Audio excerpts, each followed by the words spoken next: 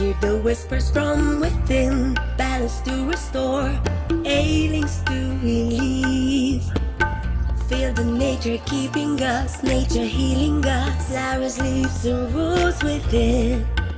Hear the mind calming you, soothing you, love and kindness inside out. Let the herbs from middle world heal. Welcome wellness, welcome wellness. It's revealed herbs, middle world herbs. Hi everyone, welcome to the Middle World Herbs Natural Wellbeing Show, where we talk about restoring and maintaining your health in safe and natural ways that incorporate both the physical and the emotional side of healing. We go live twice a week, Tuesdays and Fridays at 4 p.m. Pacific Standard Time, and each week we're talking about a different topic. Today's episode is called Busy Minds, and we're going to focus on brain and cognitive health. We'll be talking with an expert about mental acuity and a lot of the new research around human memory and focus. Also, stay tuned to learn some secrets about top cognitive performance. My name is Deanne, and I will be your host today, and I am joined with our special guest, Dr. Jackie Leone, a naturopathic medical doctor, board-certified holistic nutritionist, and psychology enthusiast. So, Dr. Jackie, welcome. Thanks for joining us, and would love to get the background on just how you got started in this field for anyone that's new and hasn't met you yet. I love and look forward to our weekly Q&As. It's one of my highlights of the week. So thanks for always having me and just creating such a cool environment to work in. Okay, so let's see. What have I not really talked about? So each week, this question, I'm always like, how can I make it different or interesting or add something else?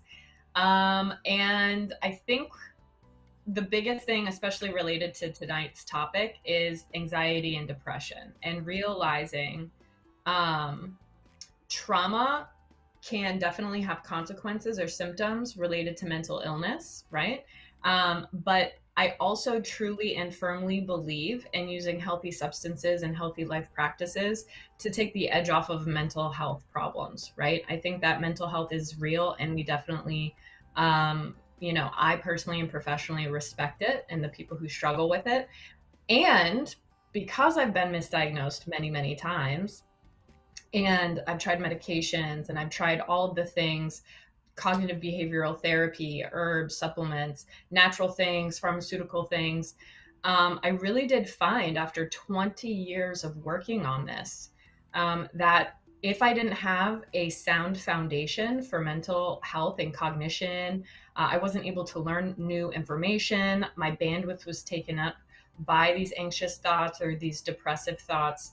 And it was just permeating every aspect of my life. And I think when I really started to rebuild, which behavior change is hard, it takes a while, but good diet, good sleep, moving the body, journaling and reflecting, allowing ourselves time and space to feel our feelings, these all create more space for, being productive, being efficient, concentrating, learning new information, assimilating that information.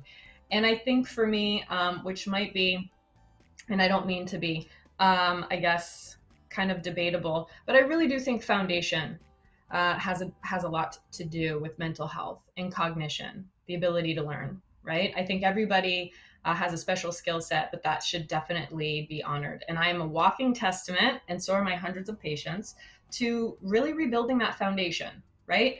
It's going to make sure that we have the skills that we need when and if we do have a cognitive flare, mental fatigue, brain fog, an anxiety or panic attack, a depressive attack, any of those things happening, we can get back on the horse sooner, faster, and more efficiently by being nice to ourselves and just supporting our bodies. So anyway, that's my little 2 cents and just my experience with the topic. It's a very personal topic. I think I say that every week, but it's because I just love what we talk about.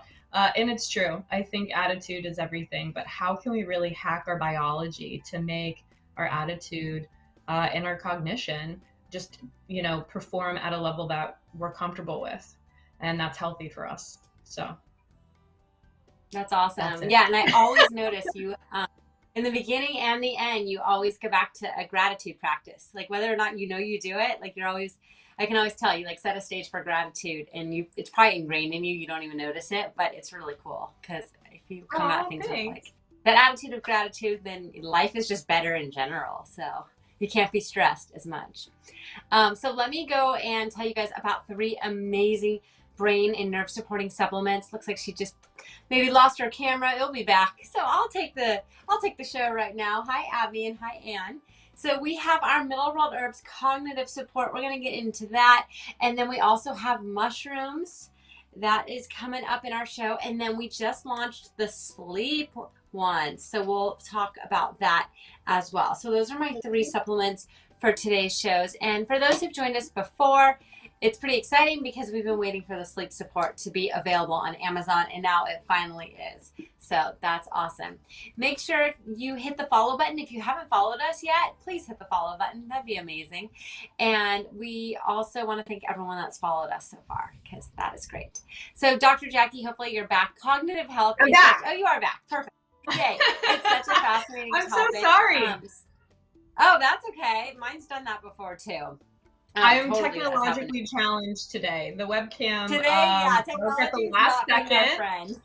Yeah, but you know what? You adapt, you roll with the punches. But yes, You roll and just with to it. kind of wrap up your last point, an attitude of gratitude for sure. I think staying thankful helps us focus on what we want to create more of. Because I genuinely think where your attention goes, your intention goes. So if your attention is on all the things going wrong, we tend to kind of make more of that same thing. But if we focus our attention on gratitude or the things that are going well, we tend to create more of those things. So I agree with you about the attitude of gratitude. Thanks for acknowledging that. I think it's super important. No, I do too. I'm like totally on that. And when things do go wrong, I feel like your ability to just handle it is so much easier than when you're like so stressed. Everything's a big thing. Yeah. It's just like, oh, okay, yes. Well, doesn't, it will all work out. All right. Well, I want to ask you a question. So is there a story that you have about like the mind, like a fascinating story or anything like that, just to like kick us off? So fascinating story of the mind. There's so many. I can remember being in, because my background in my bachelor's is in psychology, but I also have a minor in philosophy, right? And so the philosophy of the mind was one of my favorite classes. Just a bunch of people sitting around supposing what makes the mind the mind. Is the brain the mind? Is the personality the mind? Are feelings the mind? How do we differentiate thought and feelings? And so I different brain disorders, right? Phineas Gage, I believe his name is, who got the railroad spike through his frontal lobe and survived, but his entire demeanor and behavior changed. We can have major trauma to the brain and still be cognitively functioning, right? But have different deficits in different areas. If we have a stroke and one area of our brain is damaged, we might lose the ability to speak. But maybe we develop other skill sets, right? All of a sudden we're really creative. A different area of the brain was turned on, even though one area was turned off. Being hit by lightning can do that. Some people have, studies have shown people getting random savant skill sets, learning new languages, being able to paint in extreme detail, just having heightened senses in general. So the brain is pretty incredible. Just some factoids I think are cool. It's not really a story, but I think these things, to me, when I know more about my body, I feel more connected to it, and hopefully you do too. So the brain is actually the fattiest organ in the body. About 60 to 65% is composed of fat, which I think is really cool. So that is why there's a lot of theories as to why 80s and 90s fat-free culture, when that group was in their 30s and 40s doing fat-free, and now that they're in elderhood, we're seeing like increases in dementia and Alzheimer's and things like that. And there are lots of theories of that connection, right? Long-term diets with no fat, because the brain is fat. It weighs 3 pounds, and our thoughts go 270 miles an hour. So when you're like, oh, I go a mile a minute. No, you don't. You go like 4. So 4 or 5, maybe even almost 6, actually, 5 and change. And so, our thoughts are just constantly these electrical impulses that are storming our brain at all times. And I don't know, I think that knowing what it's composed of, how fast it works, that its potential is pretty endless, is pretty empowering when I think about the brain and the mind, right? And to me, the brain is like the vehicle and the mind is like the gas or the fuel. The mind is the thing running the vehicle. But, the vehicle can only utilize good fuel, but it's only going to work as good as the vehicle is, as well as the quality of the fuel, if that analogy is making sense. So the structure of our brain, as well as the chemicals that drive our thoughts, which we're going to talk about today. What are dopamine and serotonin? What is GABA? What is glutamate? Why do I need it? What's it important? It's because the fuel to that machine, the thing that makes mind, the thing that helps us executively function, plan a vacation, pay our bills on time, schedule an event. These are all frontal cortex, right? And this is all, we need neurotransmitters, which are hormones and substances that make that machine work.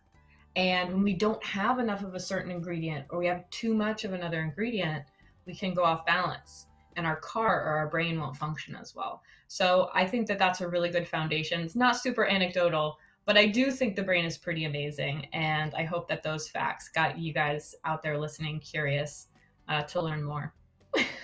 Oh yeah, definitely. I know it makes so much sense why they say like eat walnuts and all the omega-3s and everything for your brain. So Yeah. and I had no idea about the connection with dementia and Alzheimer's. So that's really fascinating and kind of scary to think about.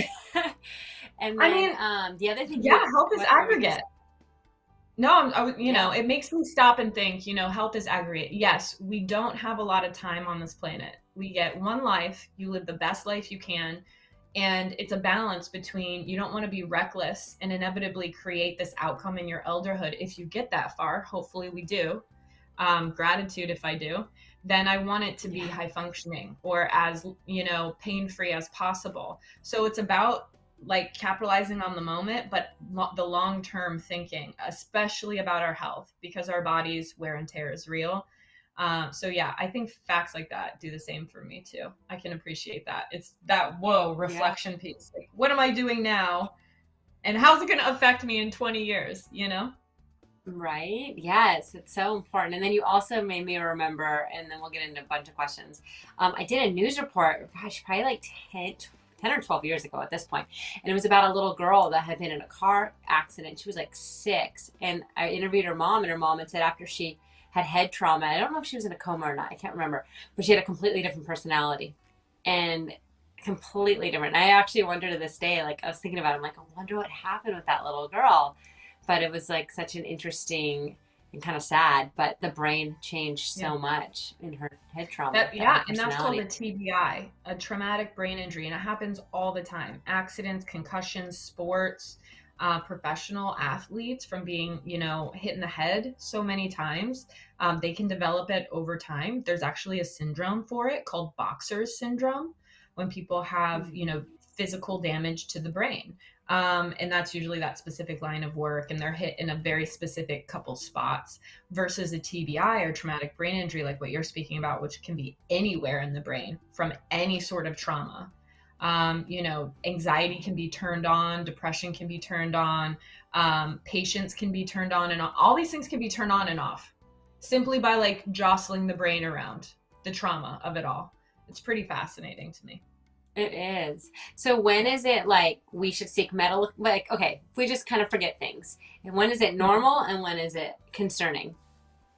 That's a really good question. So as we age, and just like in general, depending on stress, diet, sleep, all these things are going to affect memory, right? So acute bouts of, I didn't, have a newborn, I haven't been, mommy brain is a thing, right? The last trimester. Oh, it's a thing. Yeah, throughout pregnancy, actually, and then post-pregnancy for the first at least year, if not longer, depending on the child and the sleeping habits and stuff. So environmental things we really want to consider. So understand circumstances definitely impact cognition and stuff. But there's a difference between acute or circumstantial, meaning, I'm doing the best I can under these conditions, versus something more chronic or habitual. You don't have a 1-year-old, you aren't pregnant.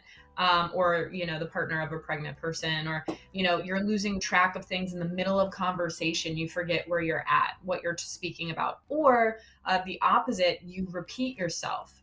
over and over again, as if you didn't know what you were just saying, or that you had just said something, to the exact same effect, usually same verbiage and things like that. And then we have loquacious people like myself who like to restate sometimes, versus just repeating the same. Yeah, it was at 4 o'clock. So my appointment, when it was at 4 o'clock, those specific details repeating or being repetitive, not having great hygiene, people who forget to bathe, brush their teeth, eat food, just lots of trouble staying focused for any period of time, even in a 2-minute conversation. These are all signs of potential dementia, cognitive issues, potential Alzheimer's. So when it's impacting quality of life, familiar names, faces, things, tasks, right, that you're used to doing every day, people you're interacting with every day, and then you can't find their name. Once in a while is fine. Happens a few times a week, that's something to look at, and that's generally when I would suggest seeking professional help. Last time we talked about cognition, which I know, today's different. We're reviewing different substances and things, but I did talk about being able to go online, Alzheimer's.org, dementia websites and things like that. You can actually take free online tests to see where you fall. And then every 5 years, or every handful of years, doing that to track how you're changing over time. So if there's a big disparity between 40 and 45, you can go to the doctor and say, hey, what do you think of this? I have this information. I'm concerned. Should I be, kind of thing. And so those are really, it's basically the same stuff, just the volume and consistency turned up, Yeah, definitely. No, that's such a good answer. Well, anyone else who has questions, please put them in the chat. We'll definitely address your questions. So how about our usage of the brain? Is it true that we only use 10%? Definitely not. I mean, that's just, it was just a quote that was misinterpreted forever ago, to be honest with you. And so when we look at brain mapping, we just know that all these different areas of the brain are constantly lighting up, whether it's, brain scans during calculating difficult problems, during reading, speaking, conversation, sexual interaction, hunger, even, yes, certain areas light up more frequently or stronger, but it's way more than 10% of the brain that we're utilizing. So also think about it. Our autonomic nervous system is constantly working. Our heart's constantly beating, our lungs are breathing, our nerves are working, all without us having to intentionally do anything, right? And so that requires brain power in and of itself, for our brain to tell the body to do those things and to regulate that. So yeah, we definitely use way more than 10% of our brain. Yeah. No, that's a good thing. Now, what about the other, I don't know if it's a myth, but your brain size, does that affect your intelligence? So if you have a bigger brain, are you more smart? So no. I mean, the short answer is no. So, different studies have shown different things. And I think it's very, very, very marginal that the correlation of the size of the brain and intelligence.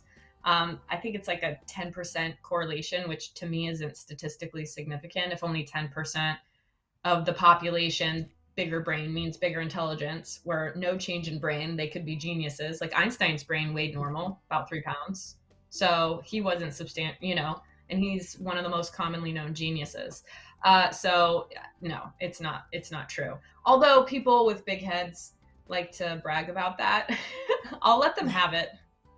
Right? They can hang their hat on. No pun intended. I know. No, the pun was very intended. But no, brain size has nothing to do with intelligence. So just your hat size. All right. Well, what about? Yeah, that's like about it. When my little 2-year-old, she has a big head. I don't know, not ginormous, but it's like I have to like really pull her shirt over her head. Oh yeah. But it happens. Yeah. I think it just depends on, it depends on the family and the genetics. It happens, it's just like, do you always have to get a large when you rent helmets or, headgear from anywhere? It's cool. Yeah. Yeah, everyone's head's different. And then I wear like baseball caps and I have to put it on like the smallest level. So, you know, everyone's head is different. I would say I'm still Yeah, pretty smart. So, all exactly, right, well, exactly. And could you imagine if only people, like as we evolved, only people with big heads were smart or able to have executive functioning? we'd have Like that giant would be heads. ridiculous. Yeah. Our So we necks wouldn't be able evolved to to fit support it. our frame. Yeah. Our Yes, brains evolved to fit our frame. It's all relative. So yeah. that's awesome. Well, we got a question from Robert. He says, how well does it work with the hypothalamus part of the brain? How well does what work with the hypothalamus? I don't know. I'm not sure what. Well, Maybe, are we talking about the Robert, go ahead supplement that you were and talking about, the ask the question one coca? more time. Maybe he was How well talking does it work about with the hypothalamus? the supplement you were talking about. Maybe. Okay, Robert, clarify your question a little bit and then we will answer that. Okay, so next one. Okay. Are people left-brained and right-brained? Is that a thing? So that was like a big deal, I think, in the 60s when we were like on the verge of just studying psychology more and more, especially like gender differences and left-handed, right-handed differences. Why are some people rebels and hippies and other people, are business owners and all these, structurally just different, like analytical and like calculations, like what's the differential? So there's truth to the idea that like some brain functions clearly reside on different parts of the brain. That's just the reality of the structure of the brain. But you need all your parts, and we use all of our parts. So we definitely know that like if you have a stroke in one part of your brain, that another part of your body could be affected. So like language, for instance, it's on the left side of the brain. And there are areas on the right half of the brain that control movement of the left arm and the left leg because, we mirror. So right controls left and left controls right in terms of motor. So if I have a lesion on one side of my brain, it's going to affect the other side of my body. It's just, there's so many things, moving parts to it, that there's definitely not I am a left-brained person, I'm a right-brained person. Now, there are, again, just different physical locations on the cortex that are responsible for different things. So like the occipital lobe in the back, right? That helps with visual information. That's damaged. The way you perceive stuff or see is going to be, an issue. Or you could have issues with it. And damage in the parietal, in the parietal lobe can affect different personality things. But to say that somebody's more left or right brained, we're constantly using both parts, in my opinion. And again, we can lean, but I don't think it's indicative of actual like left is always analytical and right is always creative, Yeah, totally. Well, we got a little more clarity on Robert's question, and actually it's going to tie in Okay. perfectly to the next segment because he wants to know how the supplement helps with like the inner brain. So let's talk a little bit about what's in the supplement, and you can kind of demystify some of those things. So this is our cognitive support supplement, and it has 5 milligrams of alpha GPC and 120 milligrams of leaf extract from this small plant with these beautiful white flowers called Bacoba monnieri. And then it also has herbal extracts from ginkgo biloba, St. John's wort, and a couple more. So Dr. Jackie will tell us how these plants and their properties and like how they function in this supplement, what they do.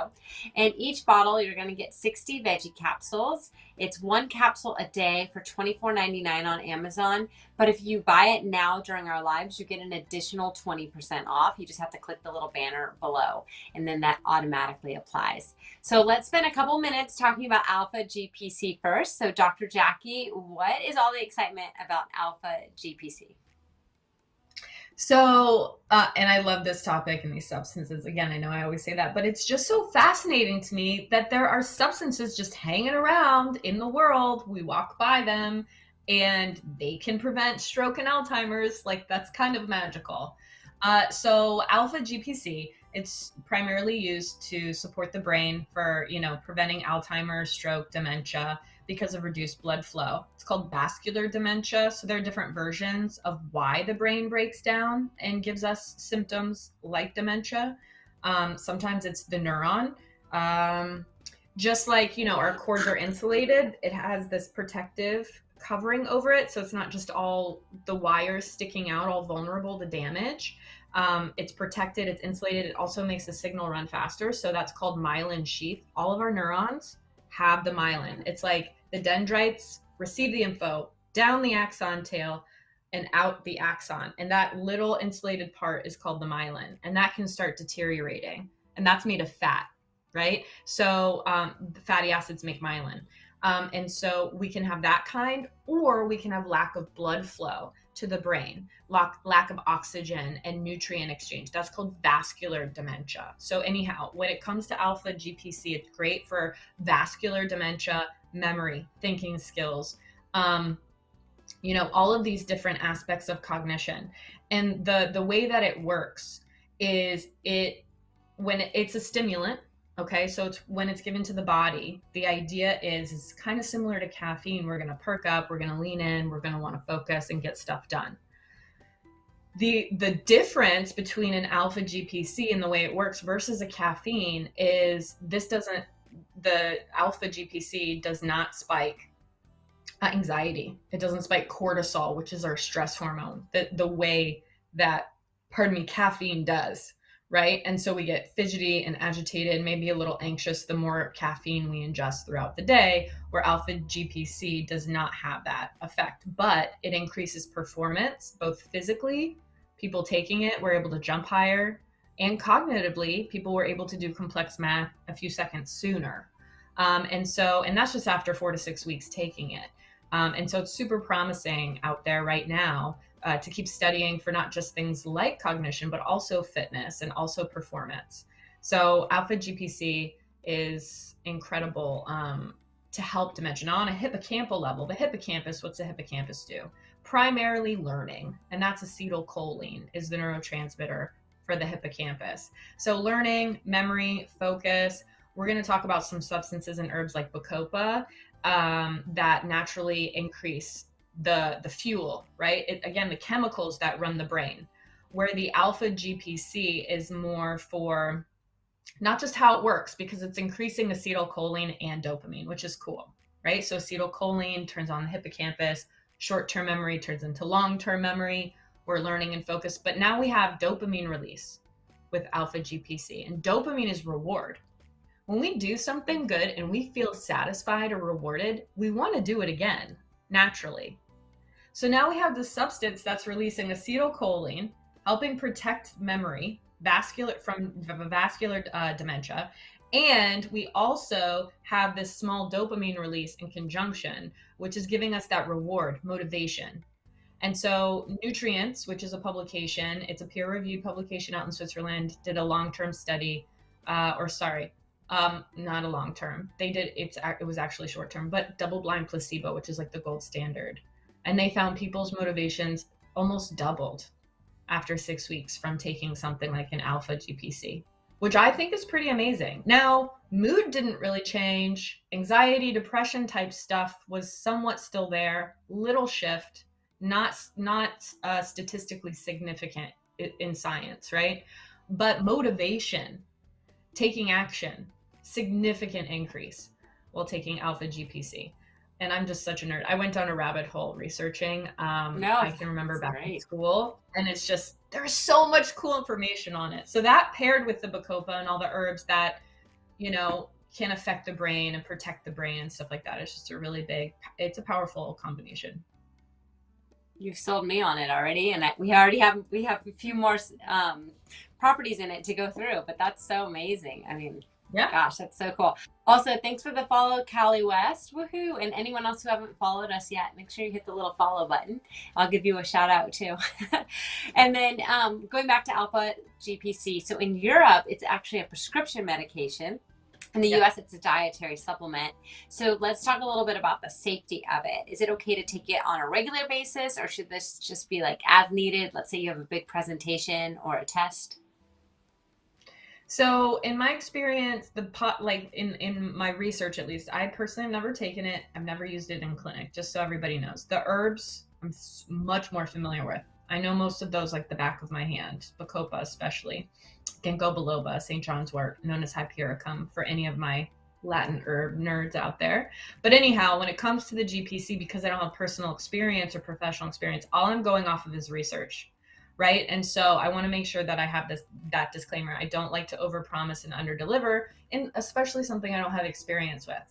And because of the way that it is regulated in Europe versus here, there can be lots of red tape. But in terms of when to take and how long to take, all studies show benefits at 2 to 4 weeks. So this is definitely a long-term thing. This isn't something like an aspirin or ibuprofen you take and in 20 minutes you notice a significant amount of difference, right? Like you couldn't focus and now all of a sudden you're a laser beam.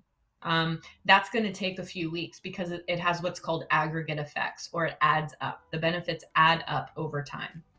And so to me, I think it's responsible to take a lower dose over a longer period of time rather than a really high dose hours before a test.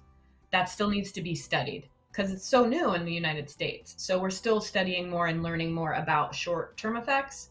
But I personally, I mean, who doesn't want to think faster, be more motivated every day, to me. So that's how I felt when I was reading about it. But yeah, I think especially compared to caffeine, which I know, it's kind of compared to, but we don't have the withdrawals with this that we do with caffeine. We don't have the jitteriness, the agitation, right? The crash, all that stuff doesn't exist with this. So think of like the best cup of coffee you've had every day without having to drink the coffee, right? And no crash, no jittery, no anxiety, no weird stomach stuff. Sounds pretty good to me. I love it. I think so. Let's talk about the other. Let's talk about the Bacopa Monnieri and the Ginkgo biloba. I don't know. You said it way better than I did. Okay, got it. And then the St. John's wort. So gosh, these names. I'm not a nerd in that yet, but I will be after a few more.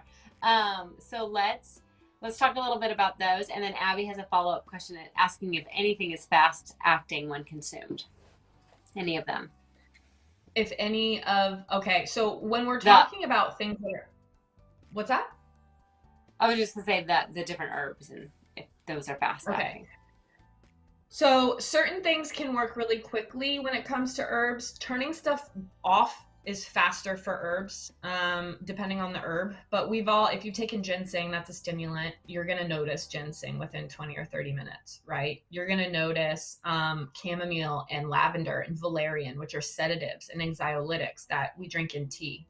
So those things, you put lavender in the air and you can, within 10 minutes, take vitals before and after the lavender was in the air, and the vitals will be like statistically significantly lower, which shows us that it's working, right? And so those types of things in herbs work pretty instantly. It's like a switch flips. But when it comes to something as like more complex as turning something on that hasn't existed, right? We're not slowing things down. We're not turning off pain. We're not turning off, excitatory hormones or neurotransmitters in that case. For some reason, when we're doing repair, when we're addressing disease states, when we are working to increase the brain's function and efficiency, this all takes time because the brain, the way it has to repair itself is by remodeling and creating neuroplasticity, which is the brain's ability to change. But just like, you scrape your knee and your body has to create new skin cells and grow, you don't just put Neosporin on it or whatever it is you're going to put on it and the next day it's healed, right? So that's how I think of these types of herbs and these types of supplements, is it's really protecting the body because the body wants to heal itself. The body always wants to fight infection and keep blood pressure and vitals normal and make sure we're thinking, and solving problems correctly. Like the body has this natural vitalism where it wants to do those things. And so some it can uptake really quickly and make work, and some it's aggregate and it takes a long time, weeks to months, before these benefits are noticed in any substantial way. Just like going to the gym, So that's to answer Abby's question. Now to answer your question about ginkgo biloba, which is how you say it, by the way, biloba. Ginkgo biloba. Got it. It's a hard one. I know. But the Bacopa as well, St. John's wort. So they all act on the brain in slightly different ways. okay? But they all have something in common in the way they act. They're known as a class of herbs called nootropics. So anybody who wants to look up nootropics, their slang name is smart drugs, because any herb or substance that's in this nootropic class is considered a substance that boosts brain performance in different ways. Is it going to help you focus so you can read and do your assignment? Focus is different than learning, right? Which is taking new information from short-term to long-term memory in the hippocampus via acetylcholine. That's the way that works, which is different than mood stabilization, which is feeling safe, secure, grounded as often as possible, healthy self-thoughts, all of those things, right? So each of these herbs will address mental well-being, brain health, the way the mind works in slightly different ways, but they're all under the same umbrella in terms of their family of herbs. Again, nootropic. So ginkgo, let's talk about ginkgo biloba. By the way, also, all the three herbs that you listed, that we're talking about, pass the blood-brain barrier. The blood-brain barrier is super important because it's there to protect us. If we take too much of a drug or any substance that's not good for us, our brain is like, because our brain is everything to the body, we have 3 or 4 organs that we just can't live without, the brain being one of the main ones, very high on the list. We want to protect it. And it's also because we want to protect it so much biologically, we have lots of fences or meninges in the way.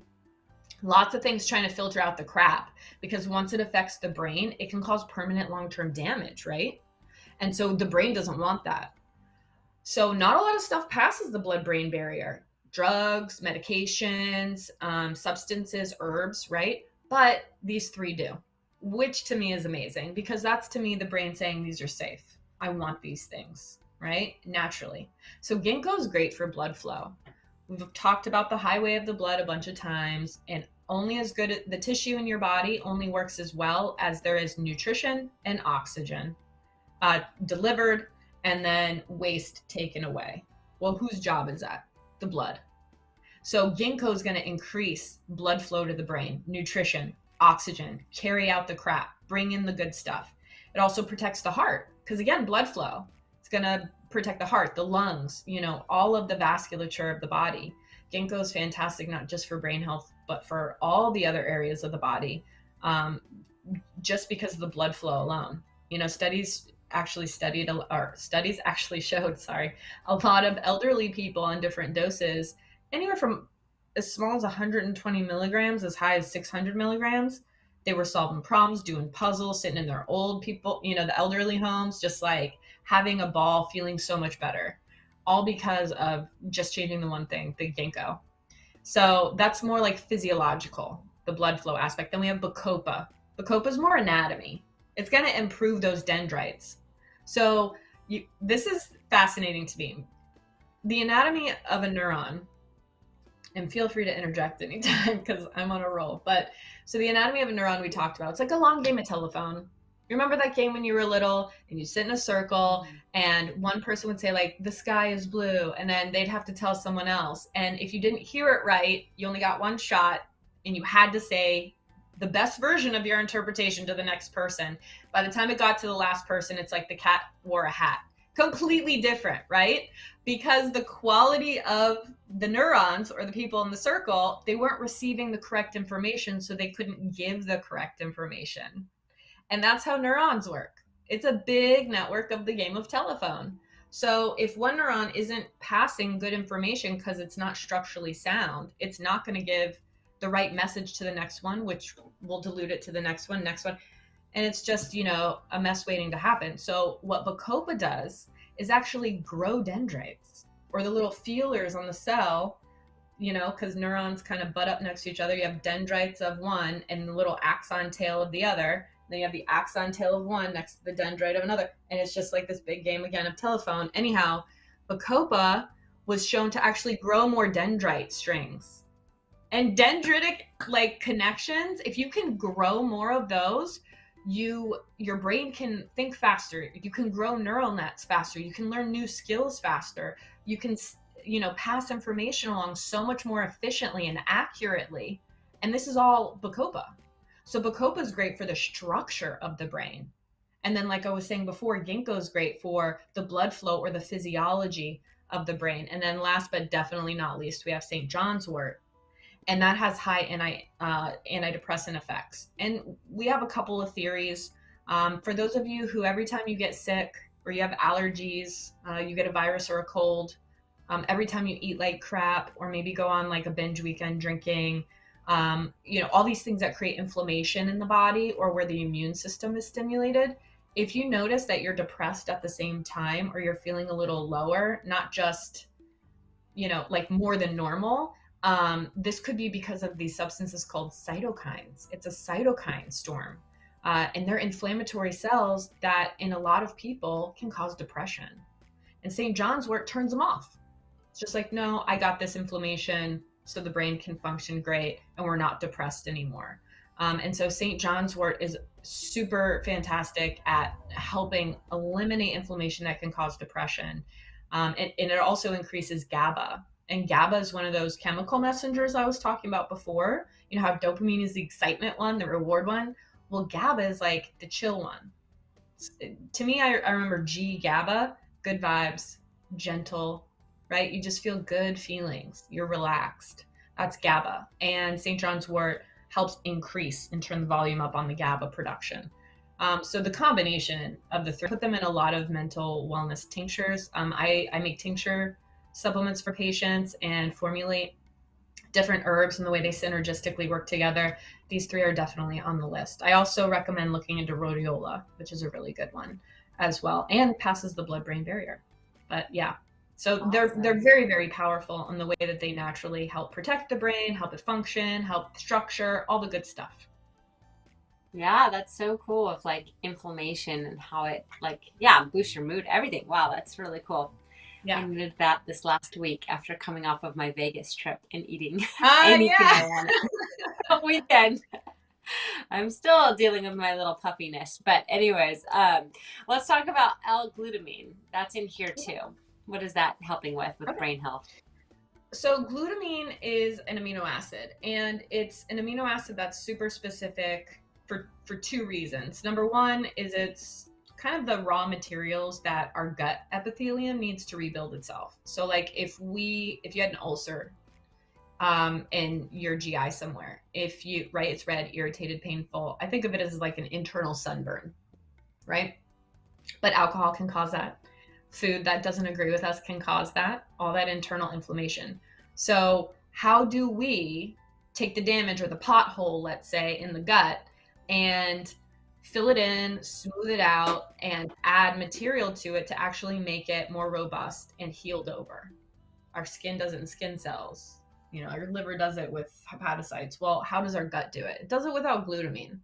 L-glutamine is structurally significant, the building block to the gut epithelium. And then we all know, we talked about GI last week, we're only as good as what we absorb. And the gut is immune system and mood stabilization, as well as weight balance, right? So if our gut is wonky and damaged and has a lot of potholes, none of those things are going to go right. So glutamine is great at, it's spackle to the gut. It's going to rebuild the gut so the gut can function higher, absorb all the good stuff that we put in it, And then the second way that and this is more directly related to the brain, because that's kind of indirect when we help the gut. Serotonin's released, our immune system works, so cytokines are low, inflammation is low. So that is a secondary benefit, but it's still super important at the root cause level. But a more direct route or primary route is the way that it functions in the brain. So L-glutamine, and this is just for anybody who kind of glazes over at the word biochemistry and is really intimidated by it, anyone out there listening, I promise all biochemistry means, think of baking. You need a bunch of ingredients that need to go through a few specific steps to have an outcome that you really like. In baking, you grab a lot of ingredients, maybe you cream together the butter and sugar first and then sift the dry ingredients and then combine, right? There's a specific process, and then that makes a cake, right? So it's the same in biochem. So if you get, again, a deer in headlight look with biochem, just stick with me, because all it is the ingredients that turn around and into different stuff that make an outcome. So our gut absorbs, is healed, it's working right. Glutamine is high, it turns into glutamate. Glutamate is the neurotransmitter that makes all those dendrite things that I was talking about, the game of telephone, work better. So glutamine, glutamate, better telephone system. That's essentially what L-glutamine is good for when we're talking about directly affecting the brain. So it's working on both ends. At the site of the crime, aka the brain and any damage, but also in the gut, where serotonin and immune stuff is super important for brain health, right? Serotonin makes sure we eat, make sure we make melatonin to sleep, make sure we feel safe and secure. So just like GABA was good vibes, good feeling, feeling gentle, the G words, serotonin is sleep, feeling safe, feeling serene, right? It also plays a role in arousal, so feeling sexy, which we need good serotonin to be able to do all those things. That. Yeah, and it's all glutamine. I love it. That's awesome. Well, I actually popped one of these before our live, about 20 minutes before, and I swear I feel more clarity. I'm not gonna say I feel more sexy, but I just felt like my brain functioning was a little bit more on par. But then, as you say, all the things that benefits, I'm like, all right, my gut's getting some help. Like, this is good. So that's really awesome. If anyone else has questions, make sure you put it in the chat. And if you haven't followed us, make sure you follow. You can also follow us on social media. We're on Facebook, TikTok, Twitter, and it's at Middle World Herbs, and YouTube as well. And then you can find a lot of information there.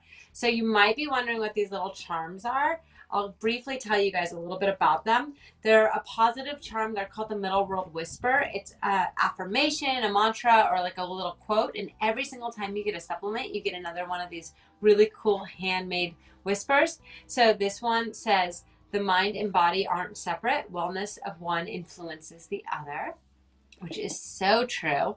And that was going to be my next question actually for you, Dr. Jackie, is just a little bit about how feelings of worry or anger or grief can end up being like a physical process in our body. So can you talk a little bit about how they're not separate? Definitely. So they basically just lead into each other. Emotions are physical sensations. Our chest tightens.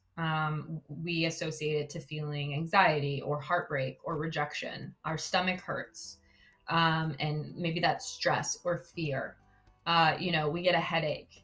And so we associate different physical sensations to emotions. But I think sometimes what happens, because we need a reason, we can't just sit with the feeling, allow the heart, focus on the heartbeat, increasing the chest pain, and use breath to relax it intentionally.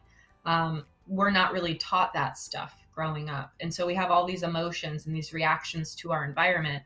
But instead of being modeled, hey, this is anger that you're experiencing, and this is what we do with it. This is how we metabolize the stress hormones released in your body, right? This is how we navigate all of the things that are happening in the body. So instead, we're left to guess. We usually attach a thought or a story to a feeling, right? Oh, my heart hurt for the first time when somebody teased me in school.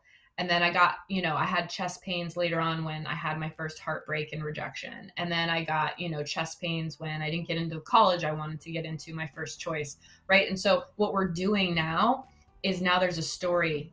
I'm not good enough.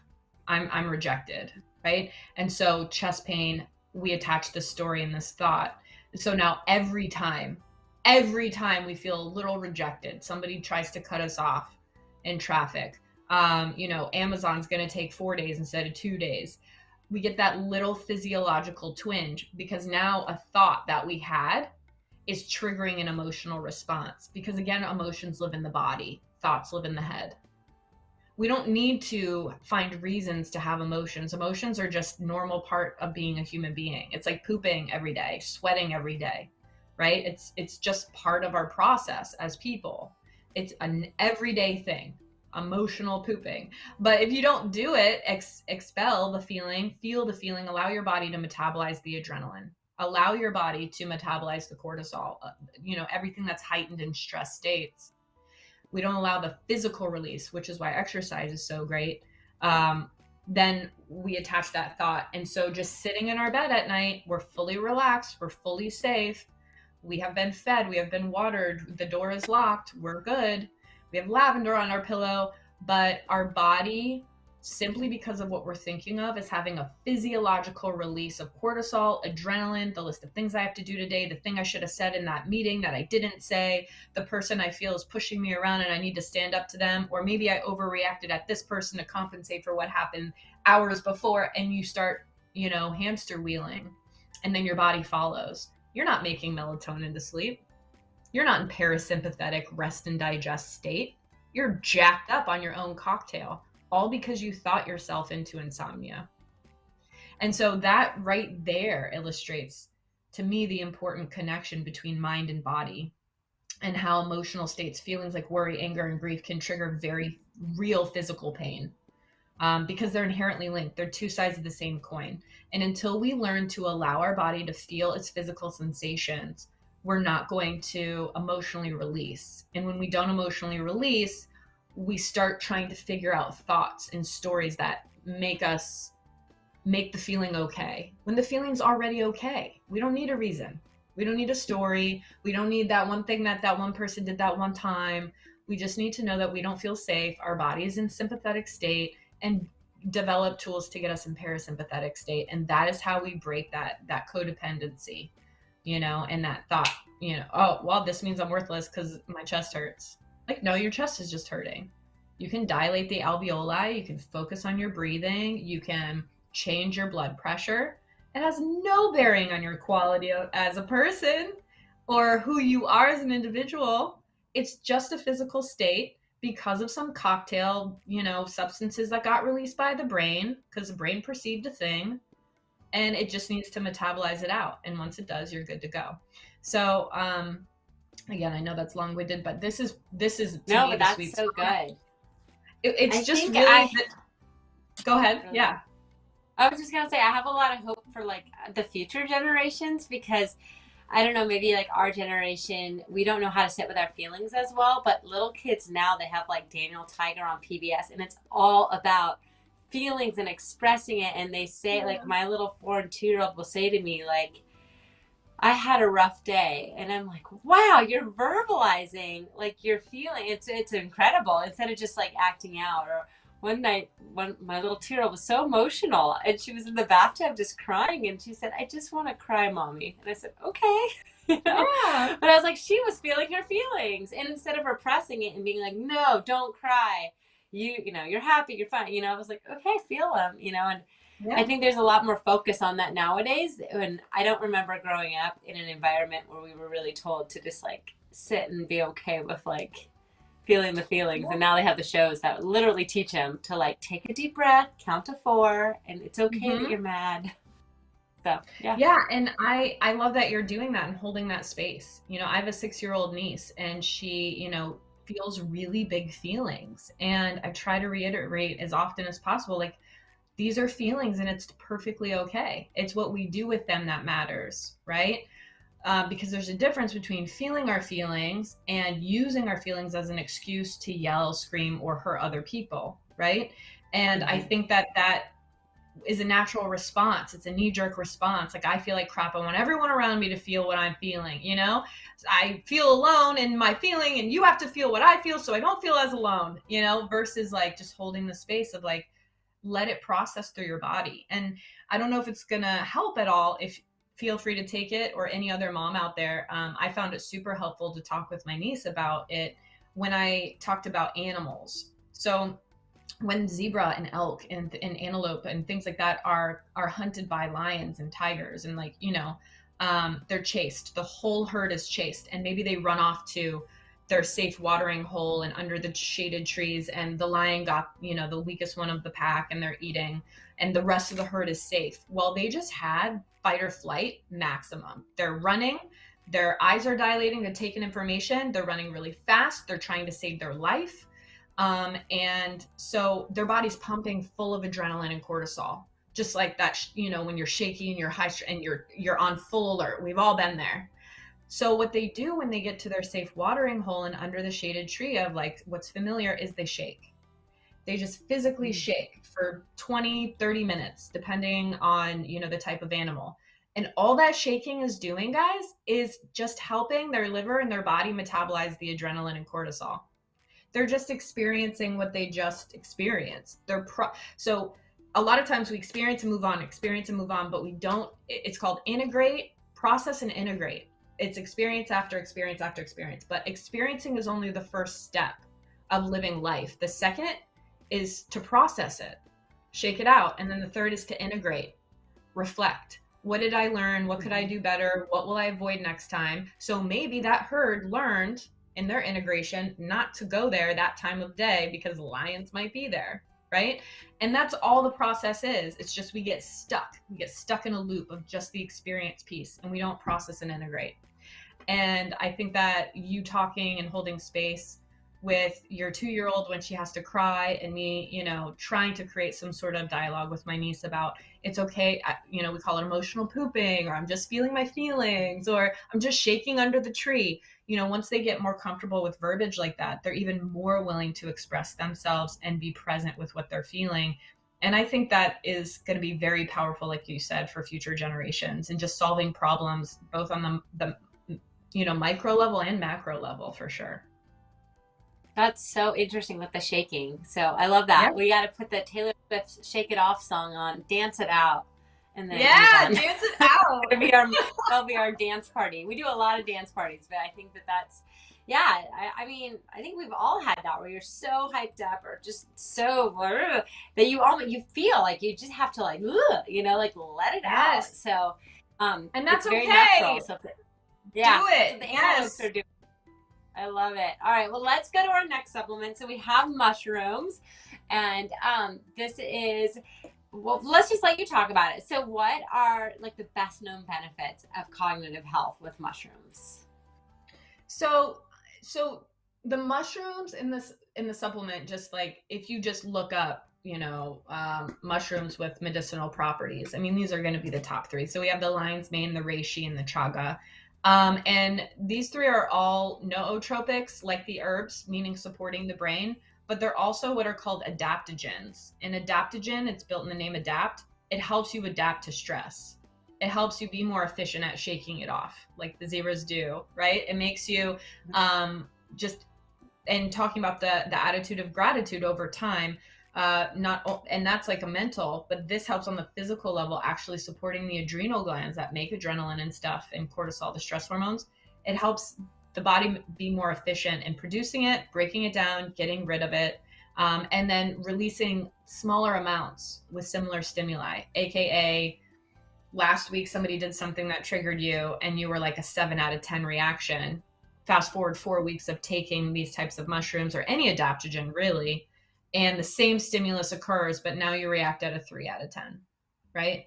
It doesn't bother you as much. You're more patient. You can deal with the stress. You can solve problems. You can stay calm in situations where maybe before you weren't calm. These are the types of things that the mushrooms do specifically. Now, each one, just like the herbs, they have different effects. And I know we're running low on time, so I'll try to be real fast. But chaga is good for immune system, antioxidant.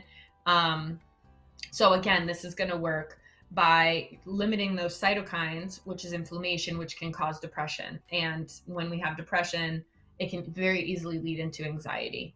And so it's going to create all that, help manage blood sugar, cholesterol levels, so we're not spiking blood sugar high and low. Chaga is great for all those things. Then we have reishi. A lot of people know that. It's, we eat reishi pretty often as well, but it's nature's Xanax. I'm going to be, straight up about that. It just chills you out, and it helps with nerve growth promoting, again, that neuroplasticity, the dendrites and stuff like that.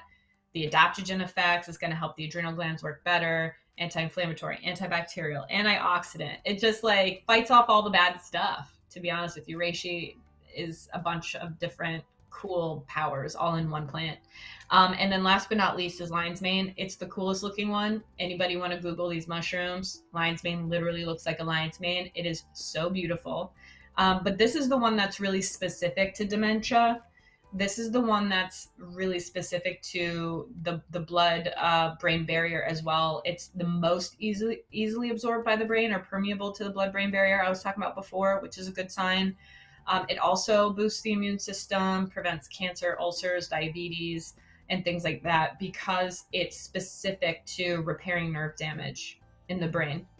And so the nerves are going to be more efficient, not just structurally, but physiologically. It's working on both ends. So lion's mane is really cool for those reasons. And just in general, mushrooms are great. Again, the brain food and the stress management. Those are the two biggest superpowers of them, and why I use them. And I do have a lot of personal and professional experience with them, and they're very powerful. They probably take about 2 weeks to kick in, but some people notice after just a few days. Nice. Yeah, it's one of my favorite supplements that we have. I love the mushrooms. And we did a show earlier in the week about brain health, and I went and bought portobello mushrooms to cook up tonight, because I was like, mushrooms, I need more mushrooms in my diet. So whether you're supplementing or just eating more mushrooms, they're so good for you. So these are $15.99 per bottle, but you're also going to get an additional 20% off during this live. We're going to wrap up soon, so make sure you cart that and take advantage of that 20%. All of our products are made in the USA. They're GMP certified, thoroughly tested by third-party labs, and they do testing for microbial testing, heavy metal testing, identity, pesticide strength testing. So the quality is incredibly high. And another really cool thing about our products is every time you buy a supplement, a tree is planted. So we've partnered with One Tree Planted to help grow and reforest all of our trees that have been cut down or lost into fires. So every time you buy one, you're going to help plant a tree, and we're on that mission to just make our planet Earth a better planet. And you're not only helping your body, but you're helping our Earth whenever you buy products. So we will have to wrap. We'll come back and do our sleep one next time. We could talk about all this stuff forever. It's so fun always having you on. How about, Jackie, leave everyone with a couple takeaways for brain and cognitive health that you want people to leave from this show. Oh man, there's so many good ones. I think knowledge is power. Know your body, know your rhythms, know your signs of this happens and that triggers this feeling, this happens and this triggers this physical sensation. Just know yourself. Really work to connect to yourself. Be your own friend, really. I think in cognitive health, that's probably why add another obstacle in our own negative self-talk. So know yourself. Second is be patient, be kind. It took a long time for us to develop symptoms if we have them. So, if you're working on it, just be patient. It will happen. It's consistency, it's grit. And I think being patient and gentle with ourselves can be very powerful. And last but not least, just be compassionate. Just, if you wouldn't say it to your child or the person you love the most in the world or your best friend, it's not really necessary for us to say it to ourselves. When we know ourselves, we're patient with ourselves, and we're compassionate with ourselves, mental health issues, cognition, learning, efficiency, all skyrocket, So those are my 3 big things for today. Yeah, those are really good. Well, just want to thank everyone who's been watching. Thank you all for following and joining us in these conversations. We'll be back on Tuesday and then again on Friday with new topics, new fun. And what else can I tell you? Yeah, make sure you follow us and have a wonderful, wonderful rest of your night. So bye. Thanks, everyone. Hear the whispers from within, balance to restore, ailings to relieve. Feel the nature keeping us, nature healing us, flowers, leaves, and roots within. Hear the mind calming you, soothing you, love and kindness inside out. Let the herbs from middle world heal. Welcome wellness, welcome wellness. It's revealed herbs, middle world herb.